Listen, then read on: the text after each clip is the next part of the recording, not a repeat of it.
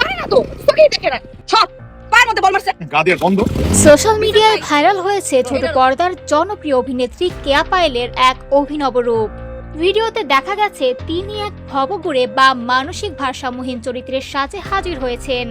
উস্কো খুস্কো চুল, ময়লা পোশাক এবং মুখে কালচে মেকআপের কারণে প্রথম দেখায় তাকে চিনতেই পারছেন না দর্শকেরা। ভিডিওটি প্রকাশ করেছেন কেয়ার সহশিল্পী জনপ্রিয় অভিনেতা ফারহান আহমেদ জোভান। ভিডিওতে দেখা যায় কিয়া একটি ঘটনার প্রতিশোধ দাবি করে এবং তার অদ্ভুত আচরণ কৌতূহল সৃষ্টি করে। জোভান ভিডিওটি শেয়ার করে ক্যাপশনে লিখেছেন, ছিমরি পাগল নাকি, আমারে কয় খায়া লাইব। ভিডিওটি প্রকাশের পর নেটিজেনদের মধ্যে ব্যাপক আলোচনা তৈরি হয়েছে। দর্শকরা কিয়ার অভিনয় এবং মেকআপের প্রশংসা করেছেন। একজন লিখেছেন, বাপরে বাপ কি মারাত্মক অভিনয়। অন্য একজন মন্তব্য করেছেন, মানিয়েছে, একদম পারফেক্ট মেকআপ। যদিও প্রথম দর্শনে এটি বাস্তব মনে হলেও পরে জানা গেছে ভিডিওটি আসলে একটি নাটকের শুটিং সেটের দৃশ্য।